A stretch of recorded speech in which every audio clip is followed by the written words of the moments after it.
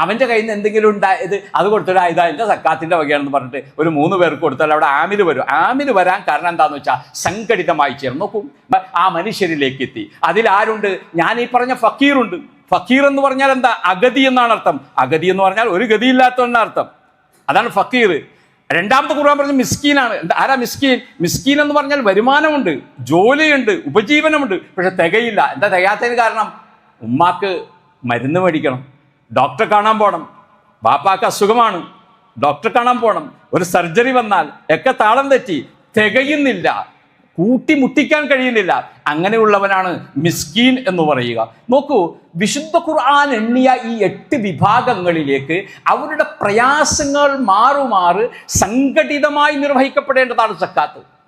ഒറ്റക്കൊരാൾ കൊടുത്തതിനെ ആക്ഷേപിക്കുകയല്ല, സംഘടിതമായൊരു സമൂഹത്തിൻ്റെ ആവശ്യം നിർവഹിക്കുവാൻ ഈ സക്കാത്ത് ഉണ്ടാകണം എന്നാണ് ഈ പറഞ്ഞതിൻ്റെ അർത്ഥം. നോക്കൂ, വിശുദ്ധ ഖുർആൻ സക്കാത്ത് എന്ന് പറയുന്ന ഈ സ്വയം പരിശുദ്ധിയാക്കുകയും മറ്റു മനുഷ്യരുടെ പ്രയാസങ്ങൾ ദൂരീകരിക്കുകയും ചെയ്യുന്ന ഈ മഹത്തായ സംവിധാനം, ഈ സംവിധാനത്തെക്കുറിച്ച് പറയുന്നിടത്ത് ഖുർആൻ പറയുന്ന ഒരു കാര്യമുണ്ട്, വവൈലുൽ ലിൽ മുശ്രിക്കീൻ.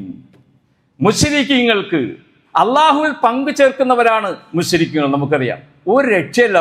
അവർ നരകത്തിൻ്റെ വാഹകരും അവകാശികളുമാണ്. അവരാണ് നരകത്തിൽ വിരുന്നൂട്ടുന്ന ആളുകൾ. അതുകൊണ്ട് ആ മുശ്രിക്കീങ്ങളിൽ നമ്മൾ പെടുന്നുണ്ടോ? ഇല്ല എന്നാണ് നമ്മൾ വിചാരിക്കുന്നത്. പക്ഷെ ഖുർആൻ പറയുന്ന ഒരു കാര്യമുണ്ട്, വവൈലുൽ ലിൽ മുശ്രിക്കീൻ. മുശ്രിക്കീങ്ങൾക്ക് നാശം. അല്ലദീന, അവരാരാന്നറിയോ? ലാ യുഅ്തൂന സകാത്ത്, സകാത്ത് കൊടുക്കാത്തവർ.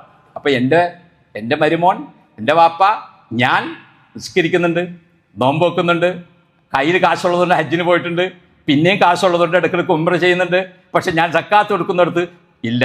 എന്തെങ്കിലുമൊക്കെ പേരൊപ്പിക്കാൻ കൊടുക്കും, കണക്കില്ല, കാര്യമല്ല, ഒരു ഗുണവും അതുകൊണ്ട് ഉണ്ടാകുന്നില്ല.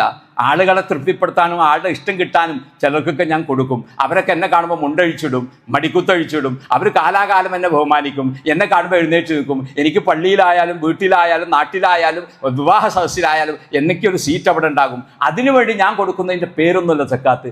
സക്കാത്തിനെ ഇത്ര കൃത്യവും ഗൗരവമായ സ്വരത്തിൽ ഖുർആൻ പറയണമെങ്കിൽ കാര്യമായൊരു സംഗതി അതിലുണ്ട്, കൃത്യമായ കണക്കുണ്ട്. നിസ്കാരം കണക്കില്ലേ? ഒരാൾ സുബൈ കഴിഞ്ഞോ, ഇപ്പോൾ നിങ്ങളോട് പറയാണ്, എടാ നീ സുബൈ സ്കരിച്ച്, നിസ്കരിച്ച്, എത്ര കാലത്ത് സ്കരിച്ച്? ഞാൻ ഇന്ന് 1 സ്കരിച്ചത്, ഇന്നലെ 2 സ്കരിച്ച്, നാളെ ഇൻഷാ അല്ലാഹ് 3 സ്കരിക്കണം എന്ന് പറഞ്ഞാൽ നിങ്ങൾ സമ്മതിക്കുമോ? ഇല്ലല്ലോ. സക്കാത്തിന് കണക്കുണ്ട് എന്നതുപോലെ നിസ്കാരത്തിന് കണക്കുണ്ട്. നിസ്കാരത്തിന് രൂപമുണ്ട്, ഇത്ര റുക്കൂഉണ്ട്, ഇത്ര സുജൂദുണ്ട്, അതിൻ്റെ ഒക്കെ കണക്കുണ്ട്. സക്കാത്തിന് മാത്രം നമുക്ക് കണക്കില്ലാണ്ട് വരുമോ? ഇല്ലല്ലോ.